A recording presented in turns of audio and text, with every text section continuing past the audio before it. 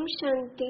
आज 15 जून 2025 के बाबा के अव्यक्त महावाक्य रिवाइज कोर्स 30 नवंबर 2005। मुरली का टॉपिक है समय की समीपता प्रमाण स्वयं को हद के बंधनों से मुक्त कर संपन्न और समान बनो। आज चारों ओर के संपूर्ण समान बच्चों को देख रहे हैं। समान बच्चे ही बाप के दिल में समाये हुए हैं। समान बच्चों की विशेषता है वह सदा निर्विघ्न, निर्विकल्प, निर्माण और निर्मल होंगे। ऐसी आत्माएं सदा स्वतंत्र होती हैं, किसी भी प्रकार के हद के बंधन में बंधायमान नहीं होती। तो अपने आप से पूछो, ऐसी बेहद की स्वतंत्र आत्मा बने हैं? सबसे पहली स्वतंत्रता है देह भान से स्वतंत्र। जब चाहे तब देह का आधार ले, जब चाहे देह से न्यारे हो जाए, देह की आकर्षण में नहीं आए। दूसरी बात, स्वतंत्र आत्मा कोई भी पुराने स्वभाव और संस्कार के बंधन में नहीं होगी, पुराने स्वभाव और संस्कार से मुक्त होगी। साथ साथ किसी भी देहधारी आत्मा के संबंध संपर्क में आकर्षित नहीं होगी। संबंध संपर्क में आते न्यारे और प्यारे होंगे। तो अपने को चेक करो, कोई भी छोटी सी कर्मेंद्रिय बंधन में तो नहीं बांधती। अपना स्वमान याद करो, मास्टर सर्वशक्तिवान, त्रिकालदर्शी, त्रिनेत्री, स्वदर्शन चक्रधारी। उसी स्वमान के आधार पर क्या सर्वशक्तिवान बच्चे को कोई कर्मेंद्रिय आकर्षित कर सकती है? क्योंकि समय की समीपता को देखते अपने को देखो। समय की समीपता को देखते अपने को देखो। सेकंड में सर्व बंधनों से मुक्त हो सकते हैं, हो सकते हो। कोई भी ऐसा बंधन रहा हुआ तो नहीं है, क्योंकि लास्ट पेपर में नंबर 1 होने का प्रत्यक्ष प्रमाण है। सेकंड में जहाँ जैसे मन बुद्धि को लगाने चाहो वहाँ सेकंड में लग जाए, हलचल में नहीं आए। जैसे स्थूल शरीर द्वारा जहाँ जाना चाहते हो जा सकते हो ना, ऐसे बुद्धि द्वारा जिस स्थिति में स्थित होने चाहो उसमें स्थित हो सकते हो। जैसे साइंस ने लाइट हाउस बनाया है, तो सेकंड में स्विच ऑन करने से लाइट हाउस चारों ओर लाइट देने लगता है, माइट देने लगता है। ऐसे आप स्मृति के संकल्प का स्विच ऑन करने से लाइट हाउस माइट हाउस होके आत्माओं को लाइट माइट दे सकते हो। 1 सेकंड का ऑर्डर हो, अशरीरी बन जाएंगे ना, कि युद्ध करनी पड़ेगी। ये अभ्यास बहुत काल का ही अंत में सहयोगी बनेगा। अगर बहुत काल का अभ्यास नहीं होगा तो उस समय अशरीरी बनना मेहनत करनी पड़ेगी। इसलिए बाप दादा यही इशारा देते हैं कि सारे दिन में कर्म करते हुए भी बार बार ये अभ्यास करते रहो। इसके लिए मन के कंट्रोलिंग पावर की आवश्यकता है। अगर मन कंट्रोल में आ गया तो कोई भी कर्मेंद्रिय वशीभूत नहीं कर सकती। अभी सर्व आत्माओं को आपके द्वारा शक्ति का वरदान चाहिए। आत्माओं की आप मास्टर सर्वशक्तिवान आत्माओं के प्रति यही शुभ इच्छा है कि बिना मेहनत के वरदान द्वारा, दृष्टि द्वारा, वाइब्रेशन द्वारा हमें मुक्त करो। अभी मेहनत करके सब थक गए हैं। आप सब तो मेहनत से मुक्त हो गए हो ना, कि अभी भी मेहनत करनी पड़ती है।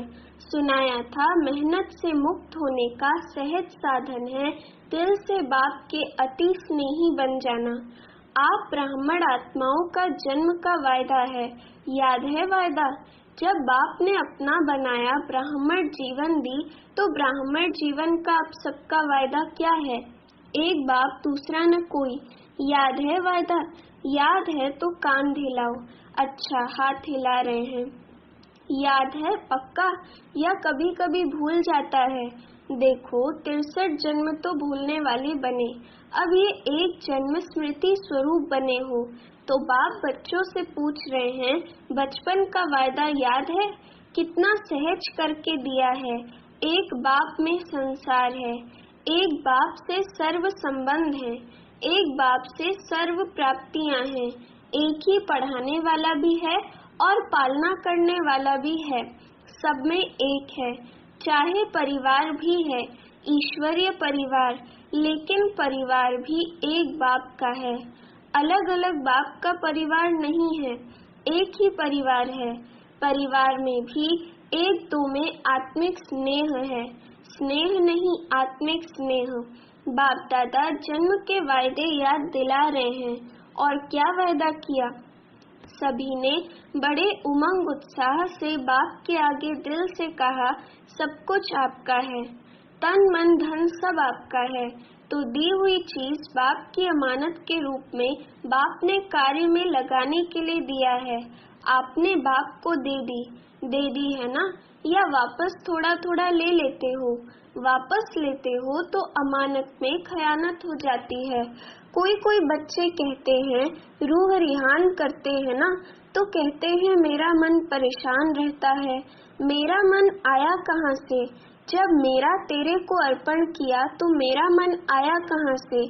आप सभी तो बिन कौड़ी बादशाह हो गए। अभी आपका कुछ नहीं रहा, बिन कौड़ी हो गए लेकिन बादशाह हो गए। क्यों? बाप का खजाना वे आपका खजाना हो गया तो बादशाह हो गए ना। परमात्मा खजाना वह बच्चों का खजाना।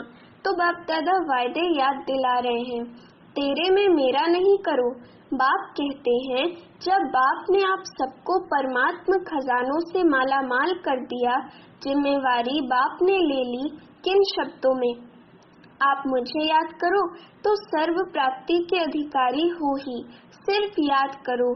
और आपने कहा हम आपके, आप हमारे, ये वायदा है ना। तो बाप कहते हैं, खजानों को सदा स्व प्रति और सर्व आत्माओं के प्रति कार्य में लगाओ। जितना कार्य में लगाएंगे उतना ही खजाना बढ़ता जाएगा। सर्व शक्तियों का खजाना, सर्व शक्तियाँ कार्य में लगाओ। सिर्फ बुद्धि में नॉलेज नहीं रखो, मैं सर्वशक्तिवान हूँ, लेकिन सर्व शक्तियों को समय प्रमाण कार्य में लगाओ और सेवा में लगाओ। बाप दादा ने मेजॉरिटी बच्चों के पुतामेल में देखा है, दो शक्तियाँ अगर सदा याद रहें और कार्य में समय पर लगाओ तो सदा ही निर्विघ्न रहो। विघ्न की ताकत नहीं है आपके आगे आने की, ये बाप की गारंटी है। वैसे तो सर्व शक्तियाँ चाहिए, लेकिन मेजॉरिटी देखा गया है कि सहन शक्ति और रियलाइजेशन की शक्ति रियलाइज करते भी हो, लेकिन उसको प्रैक्टिकल में स्वरूप में लाने में अटेंशन कम है। इसलिए जिस समय रियलाइज करते हो उस समय चलन और चेहरा बदल जाता है। बहुत अच्छे उमंग उत्साह में आते हो, हाँ रियलाइज किया, लेकिन फिर क्या हो जाता है? अनुभवी तो सभी है ना, फिर क्या हो जाता है? उसको हर समय स्वरूप में लाना उसकी कमी हो जाती है, क्योंकि यहाँ स्वरूप बनना है। सिर्फ बुद्धि से जानना अलग चीज है, लेकिन उसको स्वरूप में लाना इसकी आवश्यकता है। कभी कभी बाप दादा को कोई बच्चों पर रहम भी आता है। बाप समझते हैं बच्चे से मेहनत नहीं होती है, तो बच्चे के बजाय बाप ही कर ले। लेकिन ड्रामा का राज है, जो करेगा वह पाएगा। इसलिए बाप दादा सहयोग जरूर देता है, लेकिन करना फिर भी बच्चे को ही पड़ता है। बाप दादा ने देखा है बच्चे संकल्प बहुत अच्छे करते हैं। अमृत वेले बाप दादा के पास अच्छे संकल्पों की बहुत मालाएं आती हैं। ये करेंगे, ये करेंगे, ये करेंगे। बाप दादा भी खुश हो जाते हैं, वाह बच्चे वाह। फिर करने में कमजोर क्यों बन जाते हैं? इसका कारण देखा गया ब्राह्मण परिवार में संगठन का वायुमंडल, कहाँ वायुमंडल कमजोर भी होता है, उसका असर जल्दी पड़ जाता है। फिर उन्हों की भाषा बताएं क्या होती है? भाषा बड़ी मीठी होती है, भाषा होती है, ये तो चलता है, ये तो होता है।